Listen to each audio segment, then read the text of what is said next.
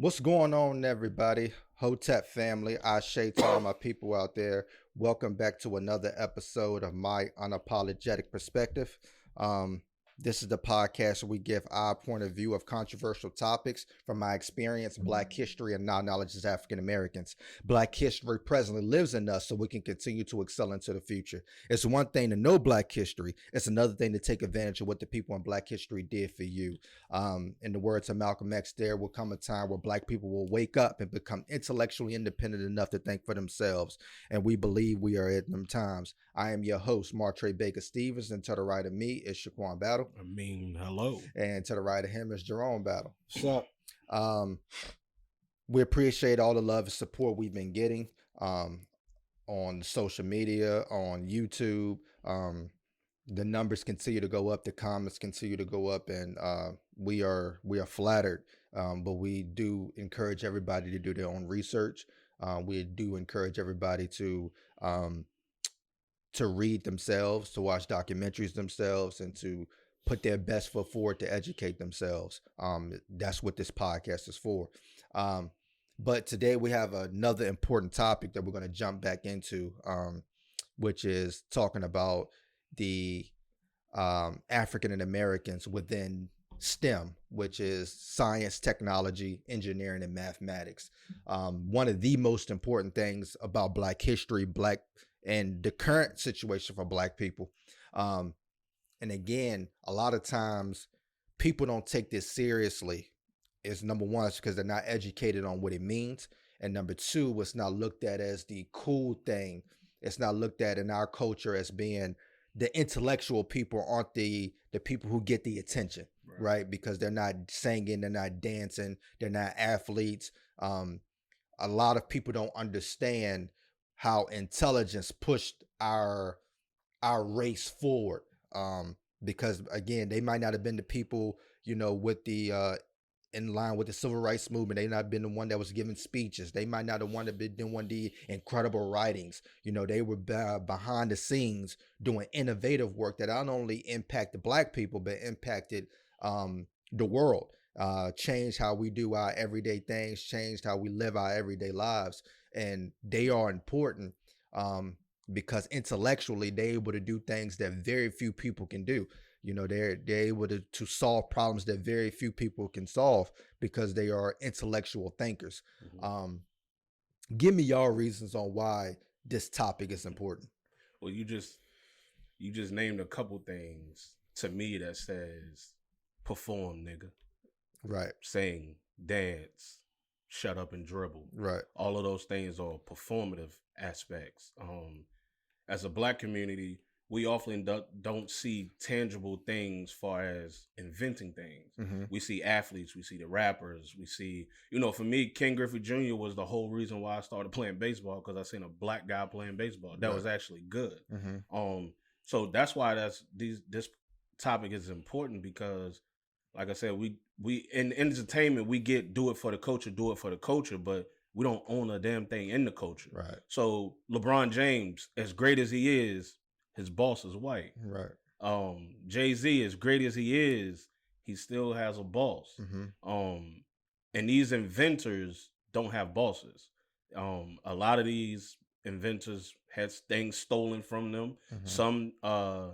Some Black people helped improve these things, didn't create them, but helped improve them. So in the Black community, we have to start looking outside of sports and music. Right. That's facts. Yeah, absolutely. I agree. I think in podcast 1 or 2, we talked about those early images, depictions of who we could be, and who we were in the past. And as a youth, you often look at those images to determine what are you capable of. Mm-hmm. And for some, because there had not been a Black president before Barack Obama, youth up until that point probably took that off their list of being president of the United States. So having those early images of who you can possibly be was huge. And so for Blacks, it's also the opportunity to do more than just athletics or music or what have you. Because we know, just as you mentioned with LeBron James, as great as he is on the basketball court, the minute he said something political, people said, shut up and dribble. Mm-hmm. So they didn't want to hear it, as if he didn't bring anything else to a discussion if it wasn't about basketball, which I think is ludicrous. We have minds. It really wasn't until people saw the movie Hidden Figures that you really found out that black people, black women in particular, were intelligent. You know, and that's sad because that's a movie that we recently saw. You know, that's not something that existed in the 60s, and we know intelligent black people existed long before the 60s. So I think this podcast is important because we're going to give you some names of some individuals who, even if they didn't invent it, if it was them taking an idea or a patent and improving it, these are people who had minds thinking that way to make the improvement, but also just the idea of being able to get a patent. I mean, I want you to think about the average person that's listening to this podcast. Do you even know what a patent is? And if you were going to get one, if you had an idea, would you even know how to go about patenting anything? So I think that alone tells you that these individuals were highly, highly intelligent and they were forward thinking. Right.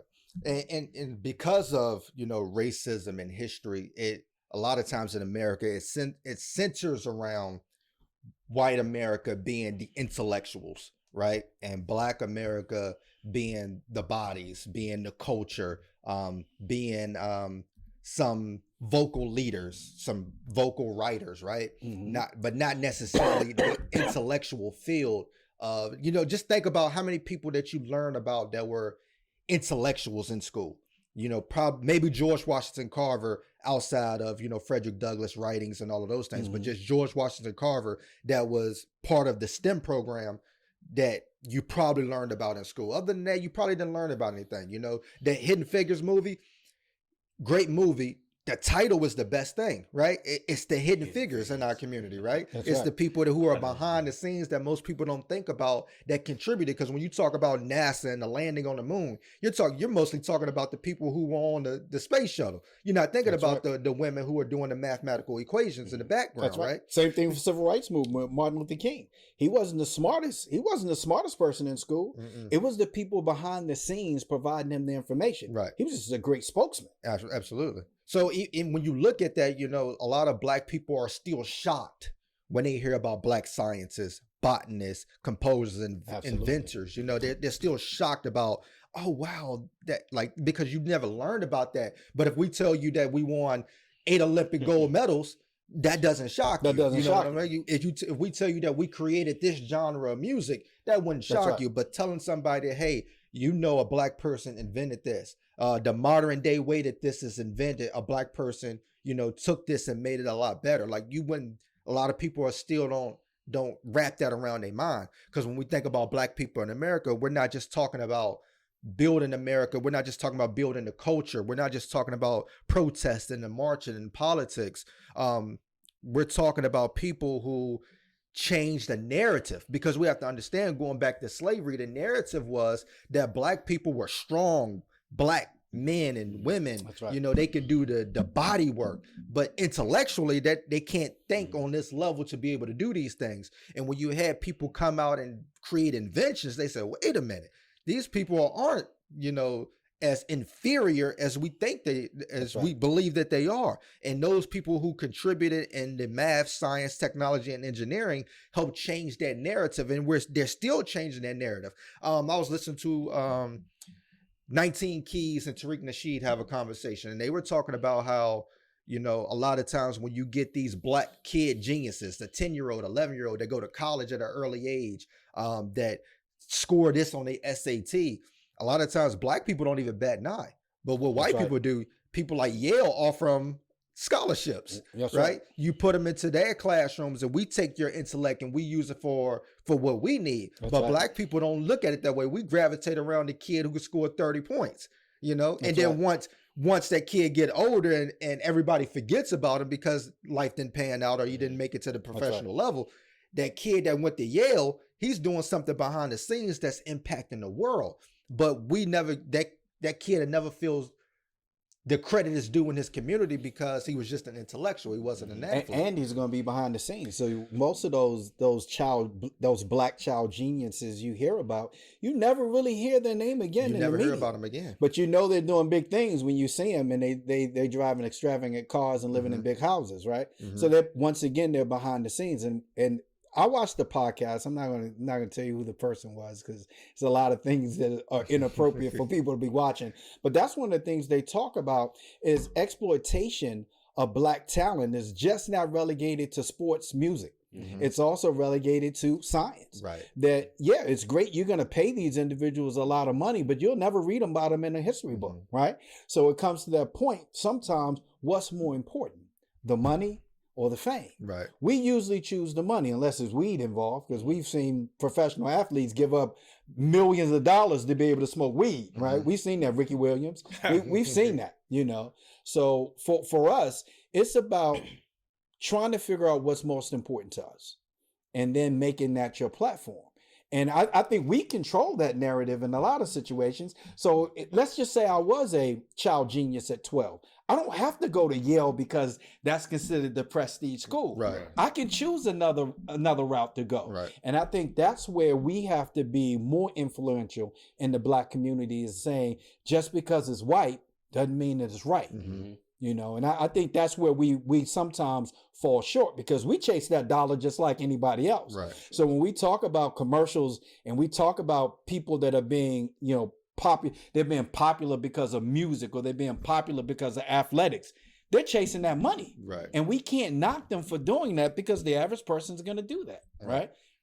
Right. You know, a lot of times us as adults, like you said, in the Black community, we're the problem, right? You know, you see a 10-year-old kid and he's, you know, a certain size, and you ask him, what sport do you play? You know, what position do you play? And the kid might say, I don't play sports. I like math. That's and the adult just gonna say, oh yeah, that's good. He's not gonna have a conversation with that kid about math, because he doesn't understand. Doesn't know anything about math. He know algebra, he know geometry, but he don't understand how that affects the world. You know what I'm saying? He don't understand how that affects business, how that affects government, technological advancements, medicine, engineering, manufacturing. He don't understand that the world revolves around supreme mathematics, right? That's right. Around math equations, and those people are solving problems on the everyday scale and doing things that is pushing the envelope forward. And the only thing you heard is math that you probably don't even understand, right? And it's hard to have a conversation because you can't have a conversation with that kid about sports. Now you push that kid to the side just because you don't understand that he likes science, that he likes chemistry, that he likes physics. You know what I'm saying? And we've seen that in reality, just at your local high schools. We've seen where schools, coaches, teachers will go out their way to help a student be able to play a particular sport, giving them all the assistance they need to get that grade that they need to be eligible to play that sport. And then when that sport's over, forget all about that kid. That kid, they have no more interest in them whatsoever. It's a done deal. And a lot of times in the Black community, it's a lot of it has to do with the finances. If a kid is interested in playing a sport, you can go buy the ball, whatever he needs. We was mentoring a kid that likes to build computers. We didn't know what the next step of getting to him was. Right. We can't go buy a computer and have you take it apart and put it together, because that's our money that we spent on the computer. And that's a great component, because if you think about the sport that Black kids are usually the best at, it's probably going to be basketball. And people say, why? It's the least expensive. Yeah. If you you don't even have to buy basketball. You can find one. You can borrow one. And if you can't get to a basketball court, you build one, right? And they can play by themselves. They can play unassisted, right? Every other sport is either expensive or you need multiple people, right?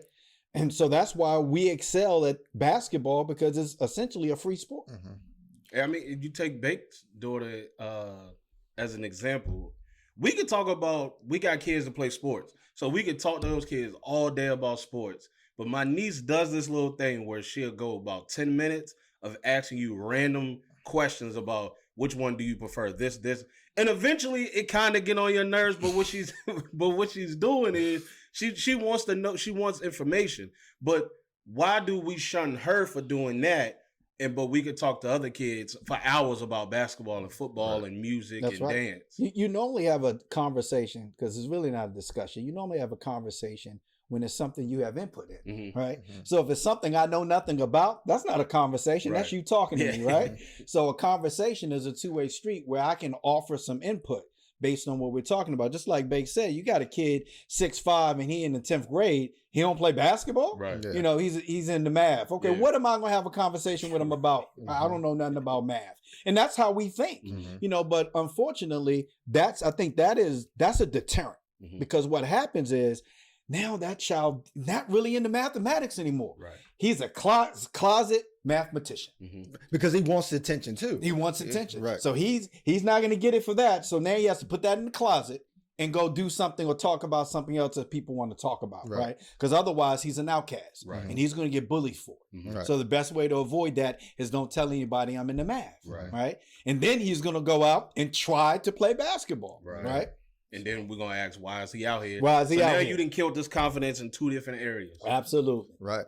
So when we look at, innovation, there are records, the records of what Black people created, we may not know it's in entirety because a lot of Black people, before the Civil War, were not able to put in patents because they were owned and enslaved. So a lot of the slave owners took credit for a lot of patents that Black people created.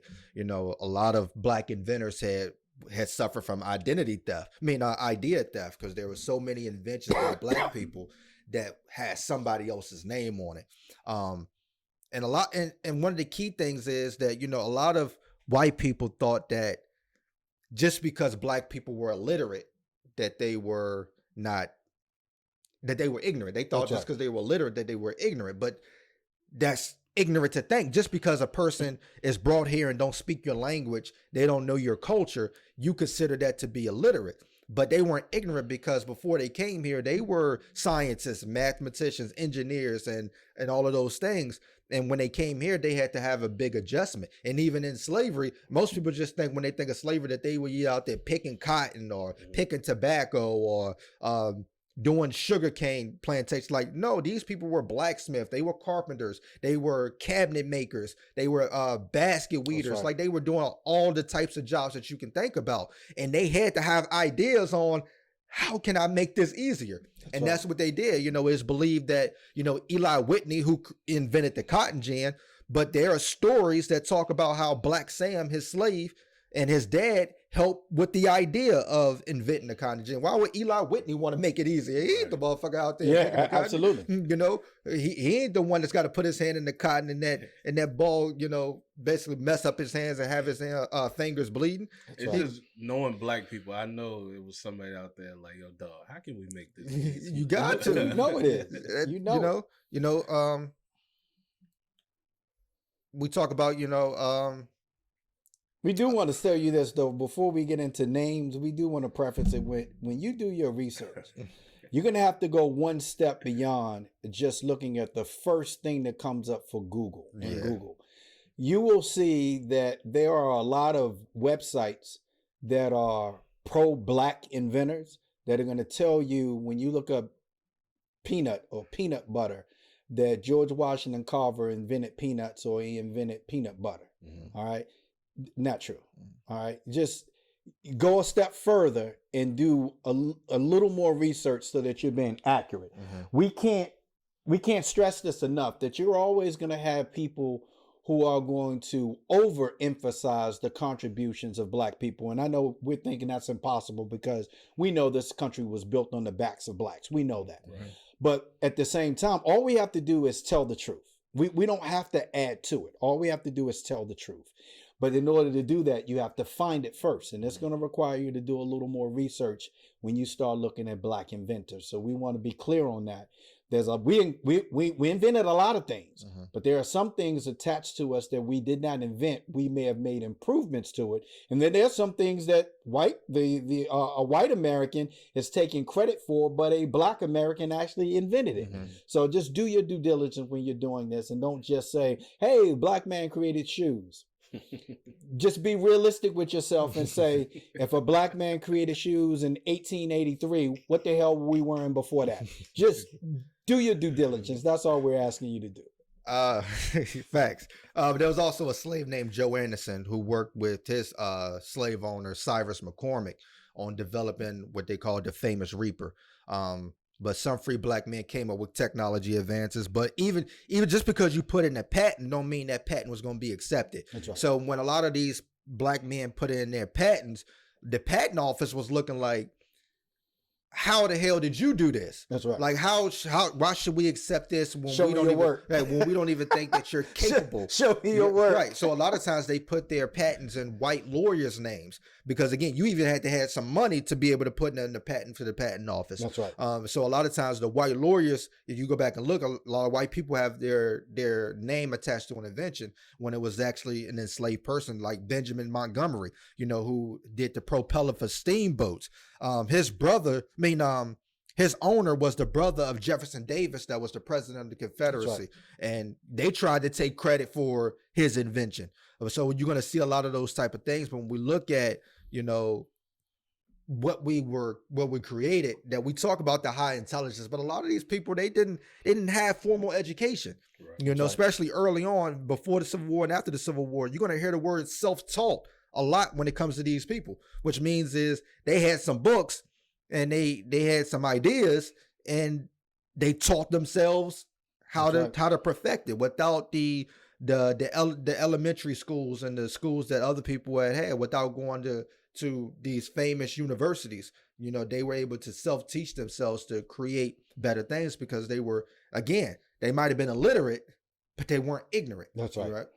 We're going to take a quick commercial break. We'll be right back. And we are back. Let's jump into some of these names. Quan, I'll let you go first. Lonnie G. Johnson, the man that gave us the water gun. They called him Lonnie G. Lonnie G. What's crazy is Lonnie wasn't a toy maker. He was aerospace engineer for NASA. Yeah. Lonnie Johnson generated more than $1 billion in sales with his Super Soaker invention. He also built robots, right. And he cooked up batches of rocket fuel in his kitchen when he was a boy. And how he came up with the Super Soaker was he experimented with a heat pump that used water instead of Freon, which comes from his degree. Johnson hooked up the invention to a bathroom sink, saw a powerful stream of water squirt across the room. He called his invention the Power Drencher, but later changed it to Super Soaker. Johnson holds approximately 80 patents, including rechargeable batteries, a dart gun, a spacecraft cooling system, and a hair curler. Yeah, he was a nerd. Again, like he grew up in the public school system where they could not go to school with white kids, but he won a science fair against those white kids that he couldn't go to school with. And again, like a lot of times, you see where black kids win a Super Bowl. You see when they win a championship. Right. You see where they won a talent show. And you see those people. How many often do you see pictures of black kids that won a science fair? That's right. Or a spelling bee or a math bee. Absolutely. I'm gonna start with shoes, since I already mentioned that. Because that's one of the myths that I heard when I was a kid. I would always hear you hear three. You hear the George Washington Carver, you hear the shoes, and you hear the traffic light. Right. Mm-hmm. Those are the three that I heard when I was a kid. But of course, we know that Jan Metzlinger did not invent the shoes in 1883. What he invented was a machine. He patented a machine that could make affordable shoes because you could make them faster and they lasted longer. And that's what he invented in 1883. So for those that are saying are going around saying a black man invented shoes, stop, please. Stop that. Folding cabinet bed. In 1884, Sarah Good became the first black woman to receive a U.S. patent. She moved to Chicago and opened a furniture store. And she came up with a concept for a folding cabinet bed because her store had limited space. And then she also realized how many people have homes that have limited space, that you can have this bed that could easily fold up into a cabinet and provide more room during the day. Mm-hmm. And the irony of that is my dad had two of those that I'm still trying to figure out how to get one of them from his house to my house because I like to have it, because it does save a lot of room. And then the third that I want to talk about, I want to mention right now is potato chips. George Speck did not invent potato chips. No, he did. Actually, he invented potato chips. So what happened was he worked at a restaurant in 1853, and a customer asked for French fries, and they made the French fries, and the customer said, "I don't like these. These are no good. You didn't cook these right." So being upset, Speck, who changed his last name to Crumb later on, took the fries back and he recooked them, burnt them to a crisp, put salt on them, and took them back. So here's your damn fries. And they loved them. And became a dish that people would come and ask for. And eventually he started his own restaurant, and they were called Saratoga chips. And he started his own restaurant, and people would come from miles around to be able to buy those chips. And then in 1895, Lord Scudder came up with a way to be able to bag the chips and be able to sell them. And what people don't know, those bags are really, they're wax paper. And that allows the chips and preserves them and that make them stick together and all that good stuff. And came up with a way to bag them and sold them in a grocery store for the first time in 1926. So he did invent the potato chip. Now, to my black kids, we need somebody to invent how to get the air out of the chips so we can get more chips. I will start with one of the greats, which is Benjamin Banneker, who was one of the world's greatest mathematicians, and became a self-taught astronomer. You could go back to the history that he comes from the Dogon tribe. His family roots come from the Dogon tribe, and the Dogon tribe in Africa are one of the key tribes when they're talking about astrology, right? So, again, we pass down things genetically. We talked about this on this podcast. But he's one of the most important African-American intellectuals. You know, he had a brief education with the Quakers, but most of his education came from borrowed books from the Quakers. And by the age of 21, he built the first clock in America. Not the first clock, but the first clock built in America.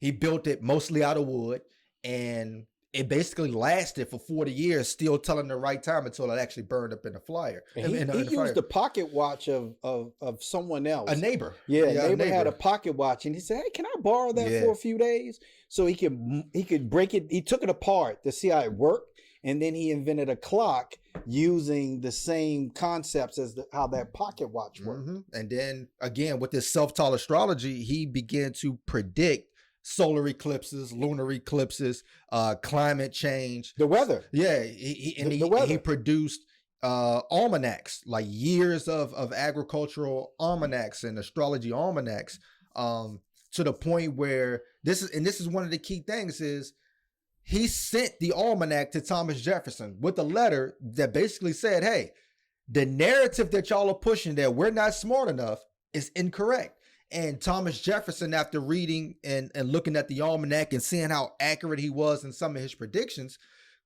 talked to George Washington.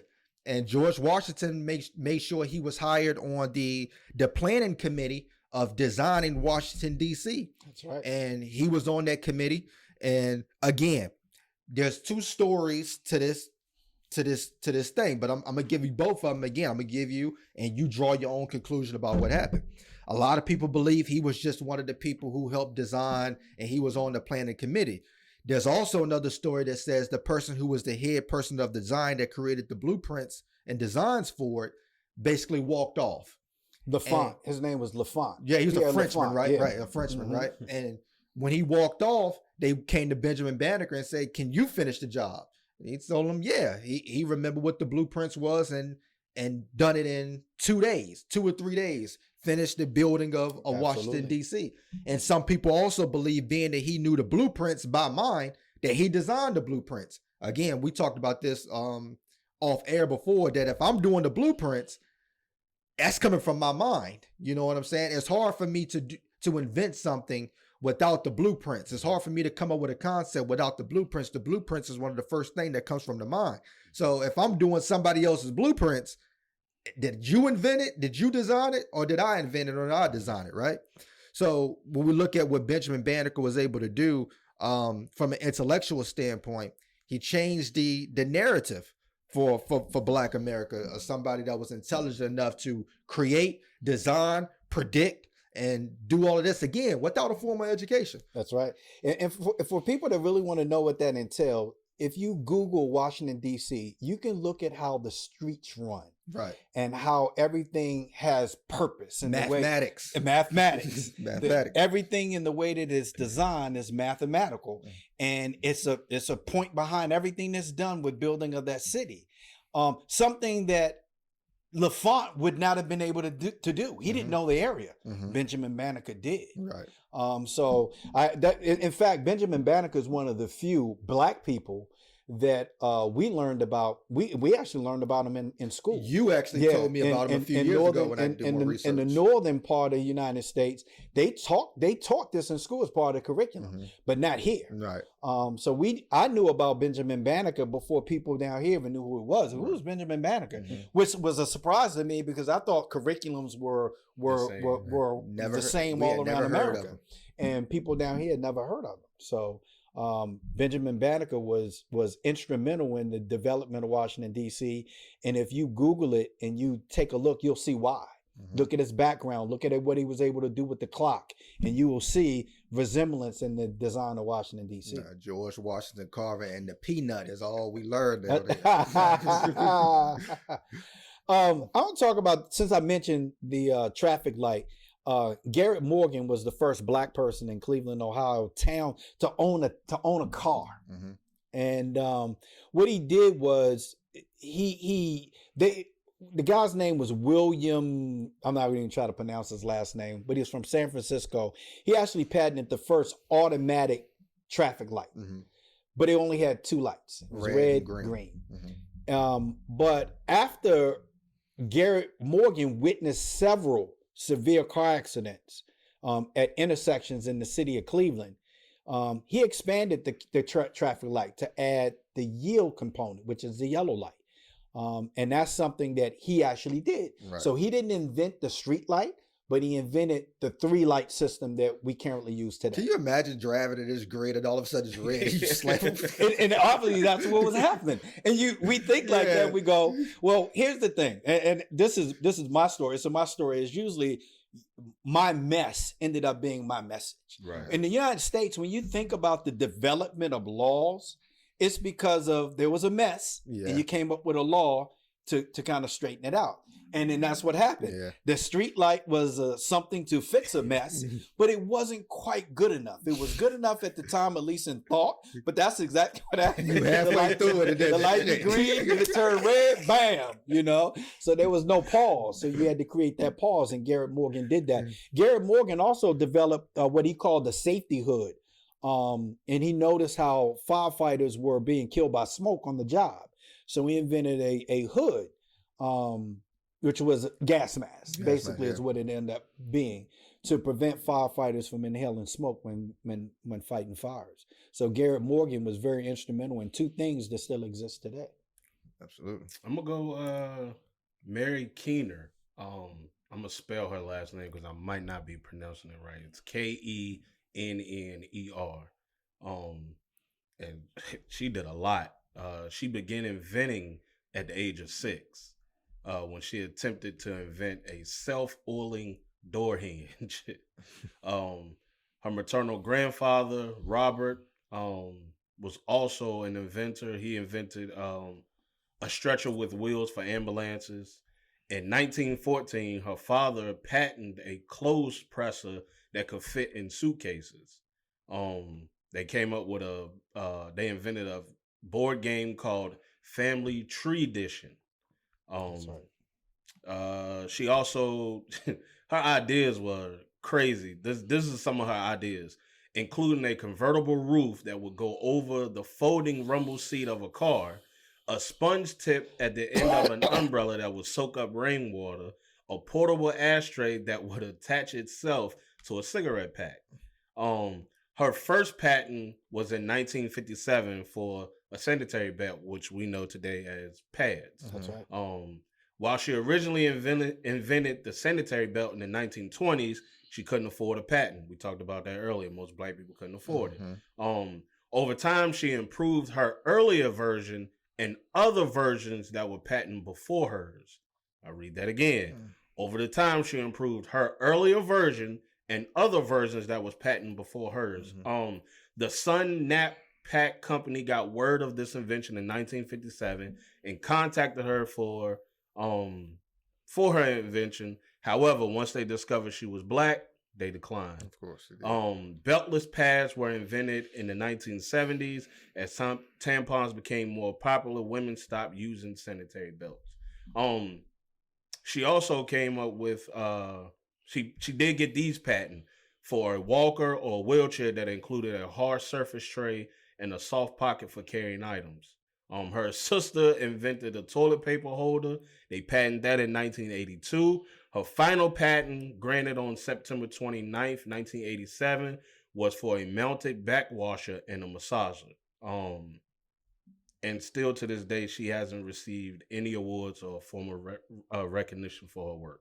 Oh, she was out here doing it. Yeah. Right. Creative. Yeah. I'm gonna go with Granville T Woods.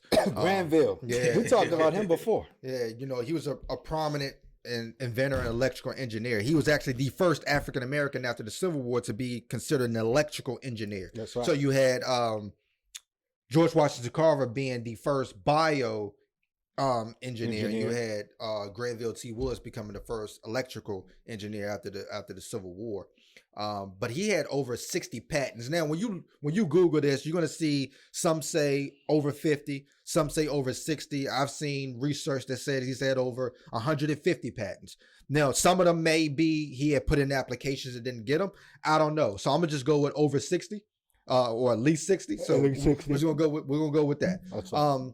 But a lot of people considered him the Black Edison because, for one, when you look at a lot of these inventors like Thomas Edison and Alexander Graham Bell, they always kept black people on their staff. That's right. Whenever you see black people on the staff, which means they're pitching a lot of ideas or creating a lot of things. It still happens today in corporate America. You see somebody that's good at what they're doing, I'll hire you. You come do it for me and I'll take all the credit for it. It happens. You know what I mean? But Granville T Woods was one of the people who was not going to allow that to happen.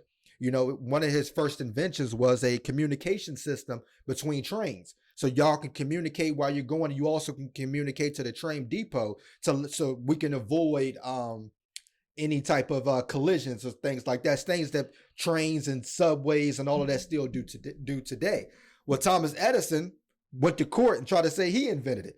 And the court ruled in Granville T Woods' argument that he invented the synchronous multiplex railway telegraph is what it was called. That's right. And after it, Thomas Edison did what he tried to do. He tried to hire Granville T Woods, come be the head manager of my company. Granville Woods told him no. He wanted control over his own inventions. He wanted to be the person, again, self-taught. He went to work at the age of 10 years old. He ain't had time to go get an education. But this is somebody who worked on with the railroad system and saw what the railroad system needed. 1 year later, he developed a system for overhead electric conducting, which helped power locomotives. He also improved the steam boiler furnace. That was his first patent. But Woods, he also helped Alexander Graham Bell with the telephone transmitter. That's right. And Alexander Graham Bell bought it, and he sold it to him basically like, that's nothing. Go on, take that. I'm gonna take the money, go invest some other stuff. Go take that. You know what I mean? That's yours.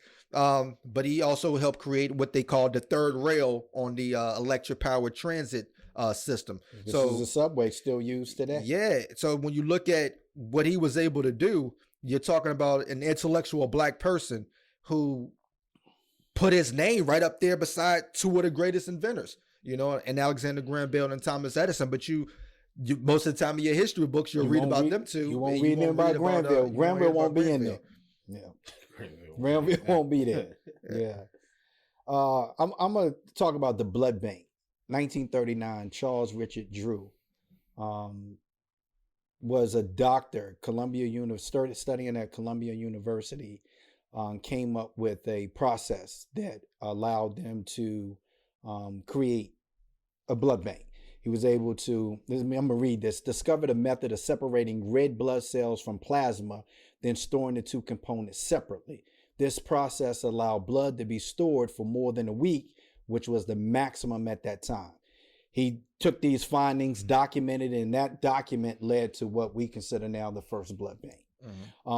I want to warn people, because this is something that I heard too when I was in high school, is that Drew died because a hospital, white hospital, refused to give him a blood transfusion. They refused to use the idea that he had to save his life. That's not true.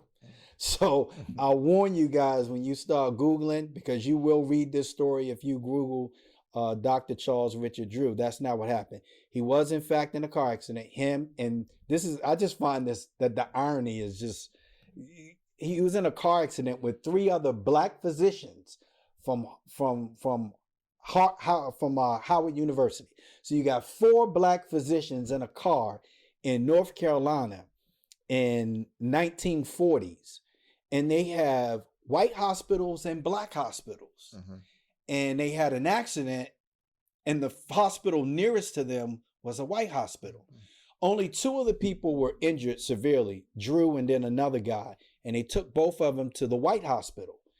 Because Drew had already lost a lot of blood, they were unable to save his life. The black guy, they stabilized him at the white hospital and then transported him to the black hospital. But Drew did not die because they refused to give him a blood transfusion. He had already lost too much blood, and they could not save his life. So I want people to get the facts before you start telling the story, please. It's important. We've been lied to enough. Let's not join that game, right? Let's not join that game and create new lies to make us look better. We look good. We look great just telling the actual stories. Do your research before you pass these stories along. We're going to take a quick commercial break. We'll be right back. And we are back. We're going to jump right back in and finish this up. Corn, you can go. Earl Lucas is the first African-American lead exteriors designer in the history of Ford Motor Company. Lucas is credited with redesigning the 2010 Ford Focus. Now, I want you to Google what the 2009 Ford Focus looked like. I mean, the Ford Taurus looked like. And then the 2010 looks totally different. He went to Booker T, Washington High School, which means he probably was in the hood. He initially was interested in the 3D process of making jewelry with metal at the College of Creative Studies in Detroit, Michigan. 2 years into the program, he switched. In college, him and his classmates designed a van to transport elderly riders. The job led to him designing car seats, panels for doors, and headliners for auto supply. Black Enterprise magazine notes that he is one of 25 to 30 African American car designers in the world. Dope. I'm gonna finish off with one of the ones that's I think is the most important to me, which is Lewis Latimer. Lewis Latimer worked as an office assistant in a patent law firm, and where he again self-taught himself drafting. And if people who don't know what drafting is, that's like developing the blueprints.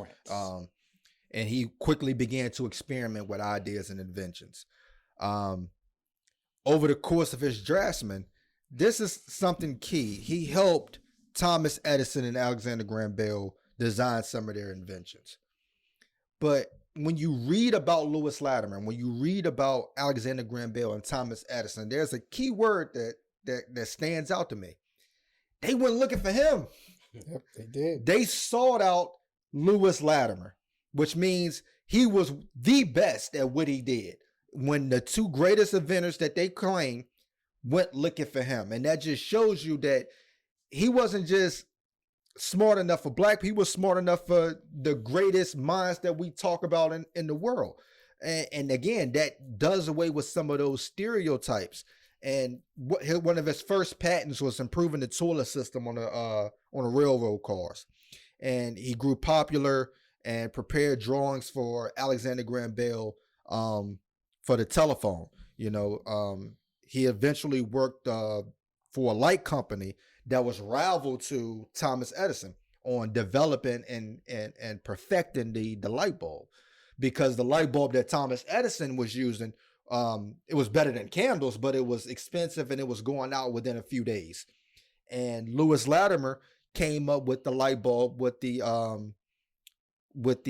part of it being able to light up for more than 2 days, and it being the least expensive. And it was a game changer. So you're talking about somebody who, right. Because when you look at the light bulb is that filament. That's right. And glass. Mm-hmm. So Alexander Graham Bell, Thomas Edison, how much credit do you want to give Lewis Latimer that, perfected that filament right. within the light bulb? Because that was one of the main components of doing a light bulb. He also helped help Alexander Graham Bell with the design of the telephone. And when you look at, again, somebody that drew the blueprints for Thomas Edison and Alexander Graham Bell, when you look at it, who developed it? Like how much influence did Lewis Latimer really have in those things? I'm not saying he had it, but I'm saying to the thinking mind, you have to look at it and say, how much influence did Lewis Latimer have with those inventions if he's the one doing the blueprints for Thomas Edison and Alexander Graham Bell? Because when they came to light up New York and Philadelphia and Montreal, they called Lewis Latimer. You hid this. You're at the forefront. You tell us what we need to do to be able to light up these places. When it came to installing lighting for railroad stations and government buildings in New England and London, he called Lewis Latimer. So throughout his life, this intelligent person who had no formal education that self-taught himself drafting, he's the person that everybody's calling to do all of these things of lighting and all of these things. So one of the most important people, because again, he changed the narrative of Black people not being smart enough. And there are references that Black people were saying that Lewis Latimer invented the light bulb, because they felt that he had the most influence and should take some of the credit for the development of what we see the light bulb today. Yeah, Lewis Latimer was one of the people that I learned about from the encyclopedias that we had when I was a kid, because of the drafting aspect. It was something that he did that I found amazing as a kid, being an artist, like, the love of drawing, was that they could give him a dimension, say, hey, I'm going to have a 1,400 square foot building, and I want 7 rooms, and I want the proportions of the rooms to be this. And he could take that blueprint, he could take that 1,400 square foot blueprint and design the rooms to be the proportional size that the person wanted. And he could do it quickly, which means he had to have mathematical skills that's beyond this world to be able to do that. So at 12, I tried to do it. My dad said, I want the room to be, I want each room to be this size, and I want the bathroom to be here, and this is where I want the door to be. And he would give me a few hours to be able to do it. I want you to draw this. And I would. And it was fun, but I didn't have the pedigree that Lewis Latimer had to be able to do that thought process quickly. I cheated. I went to my mom, and my mom gave me some of the answers to be able to do it. But I want to talk about Martin Cooper for a second, because this is a name that everybody who has one of these should know this name, Martin Cooper. Because truth be told, and I want to go on record, and I don't care how you Google it, developed the first handheld phone in 1973. And you're going to read things when you Google that say he wasn't. You're going to read things that say Henry Sampson created the Gamma electric phone in 1972.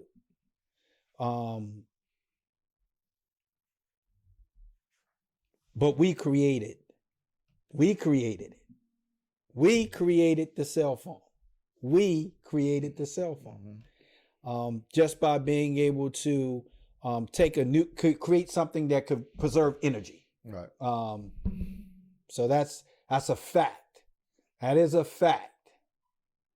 So It's a few ones I'm gonna just go through very quickly. I'm not gonna go into depth, but James Jim West deserves to be mentioned, who helped again Alexander Graham Bell with the invention for the telephone. The microphone part was one of the hardest parts to get, and James Jim West helped develop the what is it the microphone part for cell phones and hearing aids today is still used as this design by James West, but it helped push forward the telephone. Um, William Ward Cardozo, he helped pioneer research on sickle cell anemia and its appearance predominantly in people of African descent. 1 in 13 Black or African American babies is born with the sickle cell trait. Christine Darton was a mathematician and aerospace engineer at NASA. Once she moved from data analyst to Darton, does not appear in the Hidden Figures movie because she came, I think it was a year after them. Mark Dean is a computer engineer who co-developed the first personal computer. According to contributions at IBM, led to color monitors, the industry standard agriculture, which led to connecting devices like printers to computers. And the first gigahertz chip, Dean held over 20 patents. When we were off air, we were talking about the creation of what's the modern day New York City and the ports. In off air, we had a great conversation. We probably should have recorded that. But in creating the ports in New York City for import items coming from other countries, they had to develop a way to be able to transport those goods to other cities and other states. So Frederick McKinley Jones created a roof-mounted cooling system that was used to refrigerate goods on the truck during extended transportation in the mid-1930s.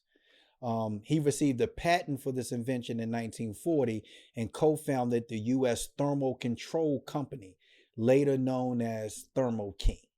So the concept that's used today to refrigerate trucks to transport goods that need to stay cold came from Frederick McKinley Jones.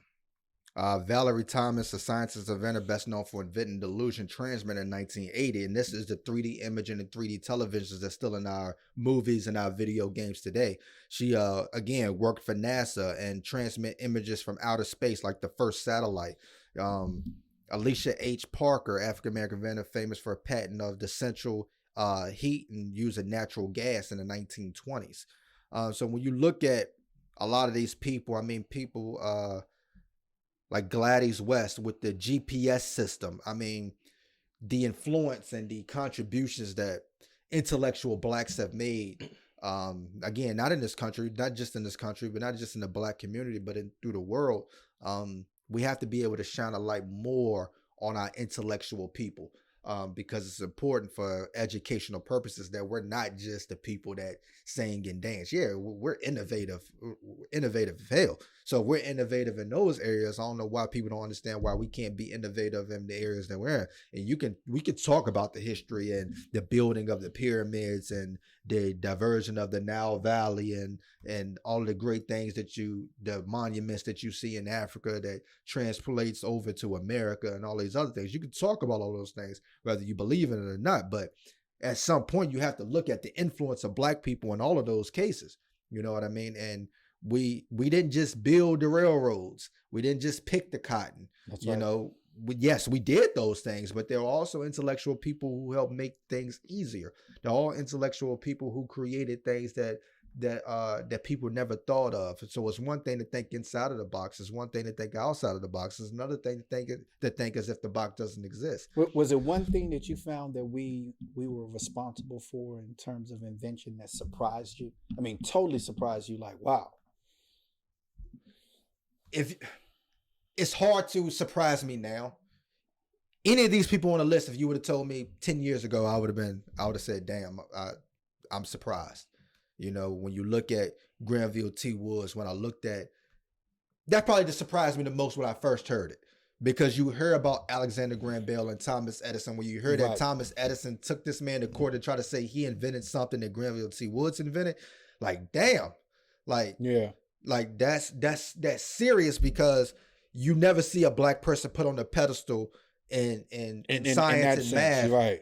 The way that those two are put on the pedestal. And when you look at Lewis Latimer, like, dang, Lewis Latimer was a part of what they were building, Yeah, and probably had heavy influence. Never heard that. That surprised the hell out of me. Any of them surprised you? Much to what Big just said, before I started doing this podcast, a lot of what. Now with just doing my own research, listening to y'all, nah. It was one that surprised me, and not because not the achievement itself, but because the thought process behind the thinking. And I mentioned it last week, even though we didn't podcast, we talked. Henrietta Bradbury. 1945 created a design that allowed torpedoes to be shot underneath the water without water coming into the torpedo and damaging the device. She basically created the design for the first waterproof torpedo.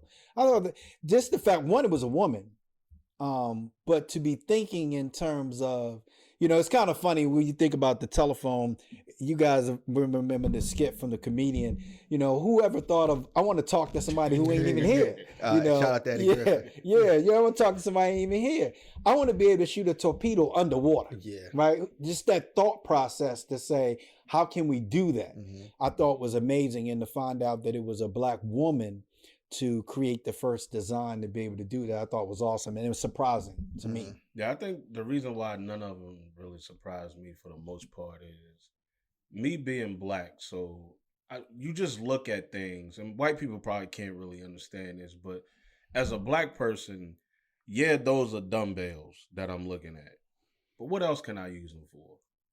How can I improve that dumbbell? What else could that dumbbell be used for? And a lot of times with black people, that just comes natural. That's nutrition, because I want to try to be able to utilize my purchase for more than one thing, right? I can't afford to go out and buy something else. So that dumbbell become a doorstop. Right. That's what holds my door open or closed, right? Right. But it's problem solving. So Absolutely. In the black community, we talk about a lot of things.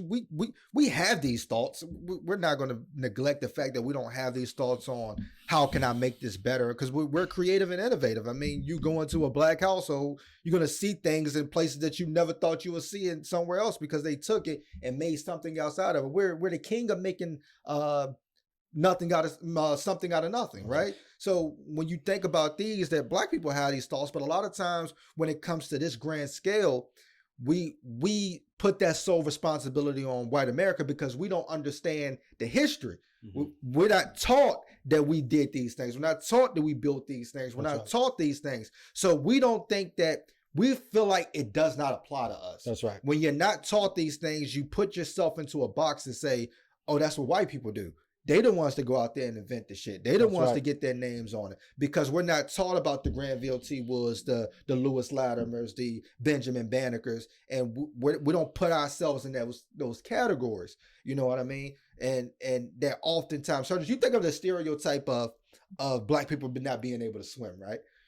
But there's tribes in Africa that's all they do is dive underneath water. They stay underwater longer than you can think of. Those myths of mermaids come from Africa. So, but here in America, we have that stereotype that black people can't swim. That's right. Black people, but we have to go back and look at history and understand black people can't swim came from black people weren't in the water. They weren't allowed to go to those pools. That's right. They weren't allowed to be in those rivers and lakes. When you go that black people can't read, they weren't allowed to read books. It wasn't the fact that we can't do it. It's because there was a barrier there stopping us from doing it, like these patents. But like every other thing in history, we broke down those walls and people did it. That's why we have to talk about it more, so the kids coming in can see those earlier images, that I don't have to be an athlete. I can be a builder. I don't have to do this. Mathematician is a cool thing. Like, I can change the world by knowing science. I can change the world by being an engineer. And I don't have to be able to score 30 points to get the attention. I don't have to score 30 points to get a scholarship. Like, those are the type of things that we need to talk about in the black community, because when you don't see it enough, and you don't talk about it enough, and you don't congratulate it enough, then we put ourselves in that box that we're not the ones that can do it. Also, the sins of the things that happened to us passed down to us. So for Black people, when we think about ships and we think about water, we think about coming over here on slave ships. Yeah. That's part of what's embedded in us, deeply rooted, embedded in us. But also escaped slaves. One of the fears that slaves had of trying to escape wasn't just being caught. It was that Mississippi River that they thought they was going to have to go across. And you know how many bodies have been found in that Mississippi River? So the stories of that being told back to the slaves led them to say, well, you know, I'm not trying to die that death trying to cross the Mississippi. So that was those body of waters, and the history of those body of waters of what it plays to African American say, hey, I don't want to have nothing to do with the water. Yeah. So that's why a lot of us don't learn how to swim. Also, if you really want to learn how to swim, it's going to require you to join the local Y. That's going to cost you a fee. Take swimming lessons. That's going to cost you a fee. We don't have it. So we're not learning to swim, right? So the best we can do is go to a lake or something and throw somebody in and say, okay, I'm leaving in 20 minutes. Make your way back to shore. That ain't the proper way to teach your child how to swim. So absolutely. So again, if you're out there and you have kids or you interact with kids, or like, it's important that we don't shun away the STEM programs. You know what I'm saying? It's important that we begin to teach the educational purposes, that every kid doesn't have to be an artist, that every kid doesn't have to be in liberal arts, you know, like dance and music and sports and all of those things. Hey, like, Vic, I don't want to cut you off. You good? Before you close, can I just read a stat real quick? Go ahead. So, and I chose Virginia Tech because Virginia Tech is my favorite college football team, and they're known for their engineering department. Not football. The motherfuckers make money too. Engineering, not football. Yeah. So in 2021, Virginia Tech's engineering department had 431 blacks. Now, they had 1,626 African Americans at the school, period. 431 of them are in the engineering program. 779 Hispanic in the engineering program. 5,154 white in the engineering program. And to get in the engineering program at Virginia Tech, you need a 4.04 in high school to be accepted. In. That's the reason why they make bank. It comes from some of the smartest people, and we have people who can be in there. We have intellectuals that can be in there, but we gravitate towards something else because of our culture and our history. But until we understand the fullness of our history and the fullness of our culture, because they are a part of our culture too. This is a part of our culture, and we have to embrace that on a more grand scale. We appreciate y'all. We love y'all. Peace.